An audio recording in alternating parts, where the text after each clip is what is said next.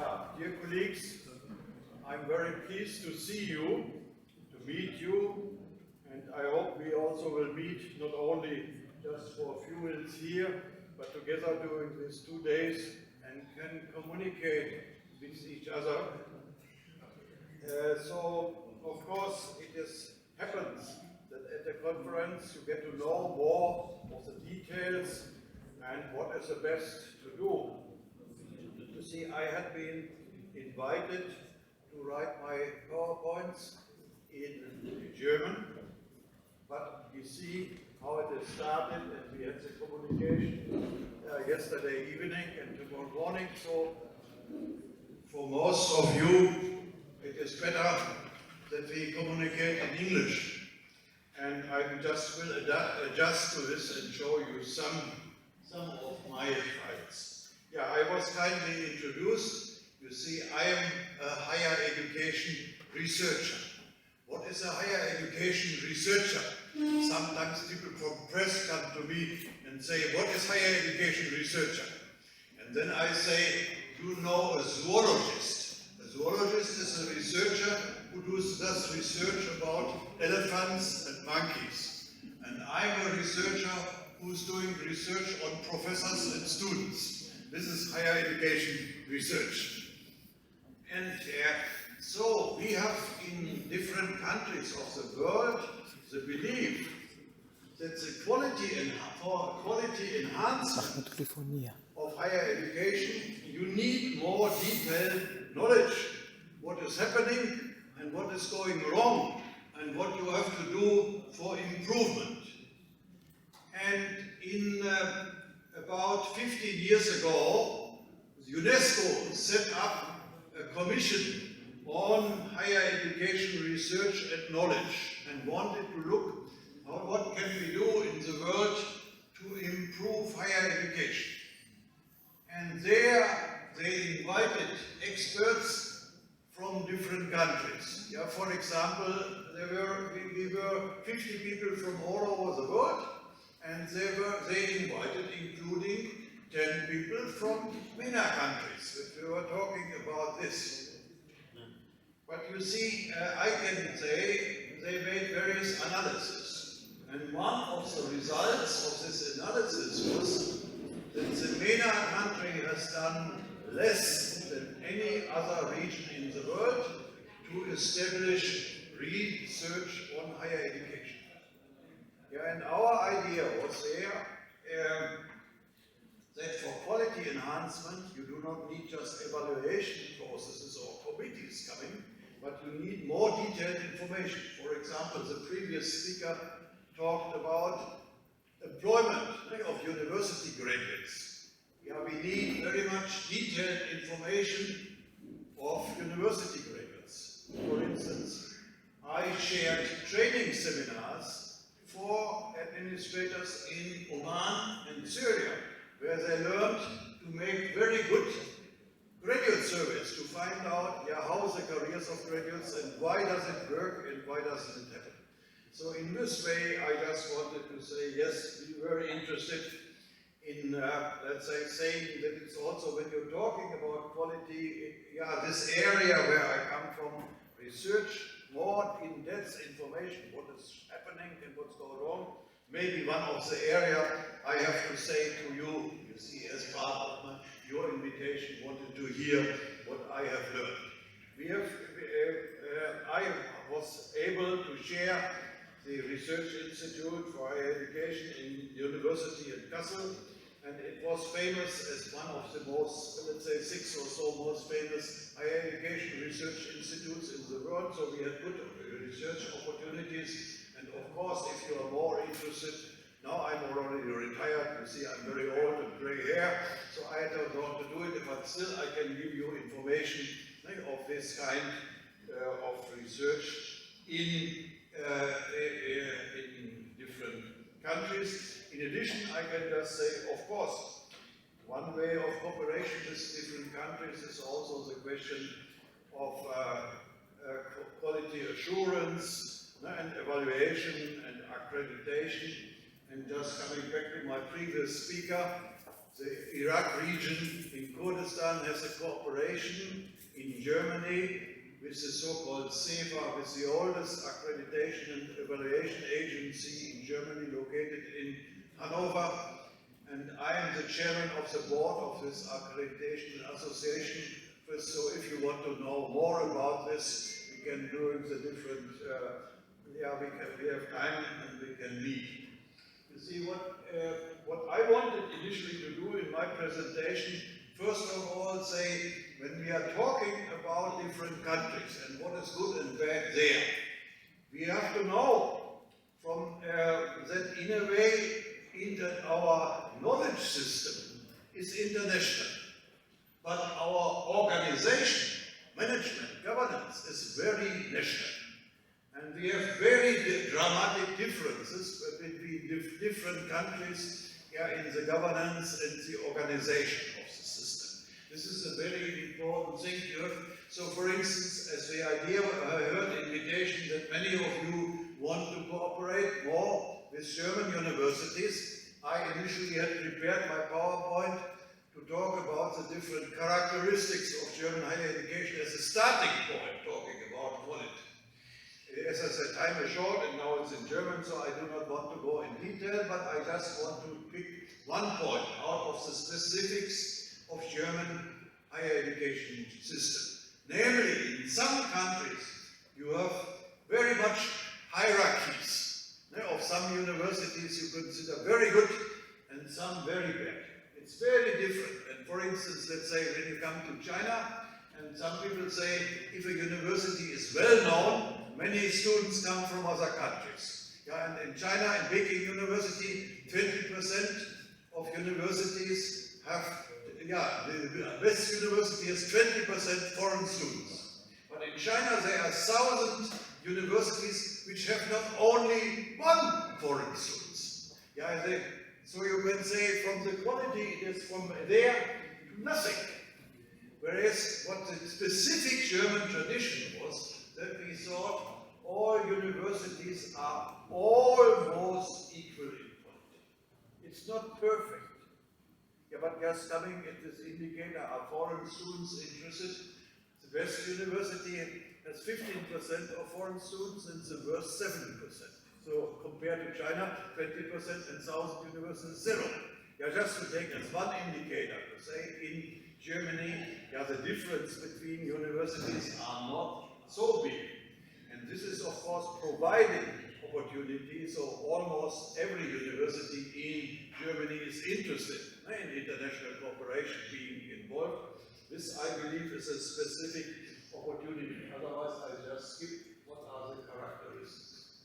But the second point I wanted to address is really how is governance organized in different countries, and how has this changed, and how does it affect the activities of the conditions for academics, for university professors and junior staff to work.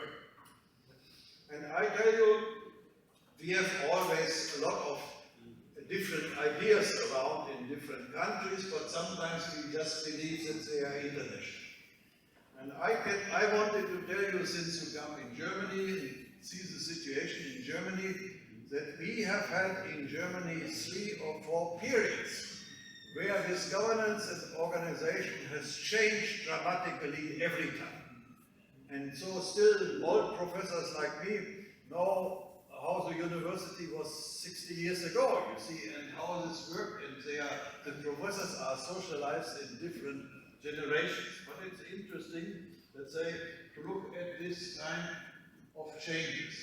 I say here, the first one, until the mid of the 1960s, so more than 50 years ago, we called in Germany the university, when we wanted to characterize it, Ordinarien University. You see, Ordinarius was a Latin name for the power of the professor. So you could say in Germany, the government cared for organizational matters, for funding matters, for structures. And there, the universities had little freedom. It was very much regulated by government. But within the university, the teaching and learning and research, etc., was absolutely free to the individual professor. Yeah, and the individual professor had some junior staff, which he, mostly it was men, could control, and every professor could just more or less do what they wanted, and if there were joint decisions, or managerial decisions, it was a joint decision of the professors. And if the professors did not agree, so the individual professor just went on what they ever wanted to do. Yeah, but it was in a way, you could say, Germany until 50 years ago, the governance of the university was the paradise of the individual full professor. And then, at the next stage, from 1970 on, you see, we have, as you know, in the 60s, we had in various countries student protests, and this also was very strong in Germany. And the effect of student protests was most people didn't like what the students are protesting, but they still said university is not automatically good. The students are right that we have to pay more attention. What is really happening in the organization, in the teaching and learning process? So I said that student revolution was a failure in political and social impact, but was a success story in making everybody responsible, aware. Universities are not automatically good, but one has to look at the details of teaching, research, organization, etc. in order to do something good. In this way, it was a success. But the managerial consequences of the student revolution was that we established something what we called either the participatory university or the committee university. We established in all universities, on university level, on the department level, committees in which the professor had only half of the voices. And the other voices were for students, yeah, for junior academic staff, for administrative staff. And suddenly you see that they all had to participate in these decisions. This worked very interestingly for improvement in some cases, but in other cases it started to become very complicated, the decision-making process, and very difficult to find any kind of consensus. So it means after about 10 years, the hopes that a participatory university would lead to a lot of innovation and reform were in many cases disappointed. And gradually one reduced the influence of the students and junior staff and administrative staff in decision making, but one did not make any kind of dramatic change again of the management during this period. One just said, let us make a compromise. And then some people said, now we need more reforms. But then we had this German unification. As you know, Germany was divided, and in 1990 this became together. So then we spent maybe 5 years primarily saying, how can we have a united system? So all other questions of governance and teaching and learning were postponed. We just said, how we become a united system. And only around mid-1995 then, suddenly Germany and people in higher education got interested what could be new innovations of the system. This only happened that late. You know, in other countries, these kind of reforms started earlier, and it was a bit later in Germany.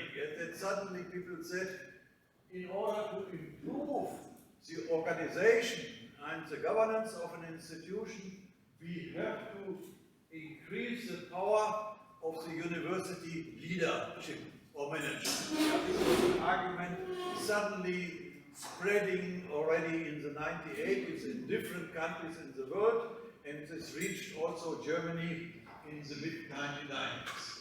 This was related to the second point, namely that the role of government was changed. Before we said government was detailed controlling financial and some organizational processes. Now suddenly they said if the power of the university management is increased, then the power of government of controlling details has to be reduced, and government has to change its attitude. It should not look anymore on details or procedures, but it should be involved in making strategic decisions in which direction the system is going, and then only controlling the university at the end, whether they are functioning well with their independence. And this also led to the effect that government changed its role, but one may increase the importance of evaluation systems. So that government and society has a feedback what is really going on in higher education and what could be improved. And then I would say this was in Germany related. This is what I call here now professionalization. So that's why we employed suddenly in the university very many people of professional staff in international office, in research promotion office, in teaching and learning offices, in international offices and something. Professional staff, people who were not professors for teaching and research, but they also were not routine administrators. But these were knowledgeable people helping the university leadership to have good analysis, what is working and what is not working, and preparing decisions for strategic options of individual universities. And I tell you, in a typical German university, for many years we would say a typical German university had 300 professors and 1,200, 4 for each professor junior staff, and then more than 1,000 administrative staff. This was a typical composition. But before this kind of reform, the university leadership had about 50 of this high professional staff in international offices, etc. In 2000. 10 years later, this number has increased from about 50 to around 200, and now it's about 300. So we have as many as professors as we have in university. We have now this specialized staff helping for a high competent analysis and decision making. So this is often not mentioned in the thing, but I believe it is very important. And I already mentioned a decision was made to increase the evaluation activities. You see, what I also wanted to tell you is here, I call, but I have time is short and we have to go on. I briefly wanted to say, I've analyzed how now the professors have reacted once this more managerial power was also increased in Germany.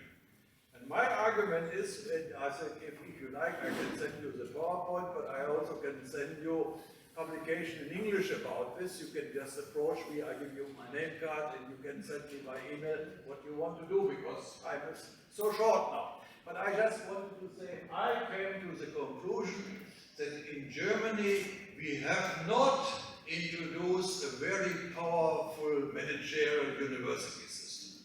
You find it now, for instance, I was coordinating research team where the researchers in 20 different countries were analyzing governance and what the university professors think and do. And we found out that in Britain, in the United Kingdom, nowadays the university leadership is working as a strong, powerful actor. But they have so many controls for the individual professors, so that more than half of the professors in England are angry about the strong intervention by the management. Whereas what happened in Germany was what I call a moderate managerial university. The university governance got more power, but not as, let's say, not so much for top-down control. And the university presidents in Germany, on average, used it in a softer way. You see, they did not making so many decisions down from heaven, but tried to communicate more than others, and this led, of course, as we found, to a different attitude. Here, for instance, I say, we asked the university to make representative surveys in different countries and asked them, and we found that 43% of German professors said, yeah, there's a top-down management style of the management. But here, you see, I said, in the US it was almost 70% who said this, and in Australia and UK, 75% said we have this kind of top-down rule. And also I can say, we asked them, do you have do you as individual professors have an influence of the strategic decisions on the whole university level? It has changed dramatically. As you see in Germany, 27% of professors said yes, we still have powerful influences of the decision on university level. But you see, in Germany it was 27%. In the United Kingdom it was only 12%.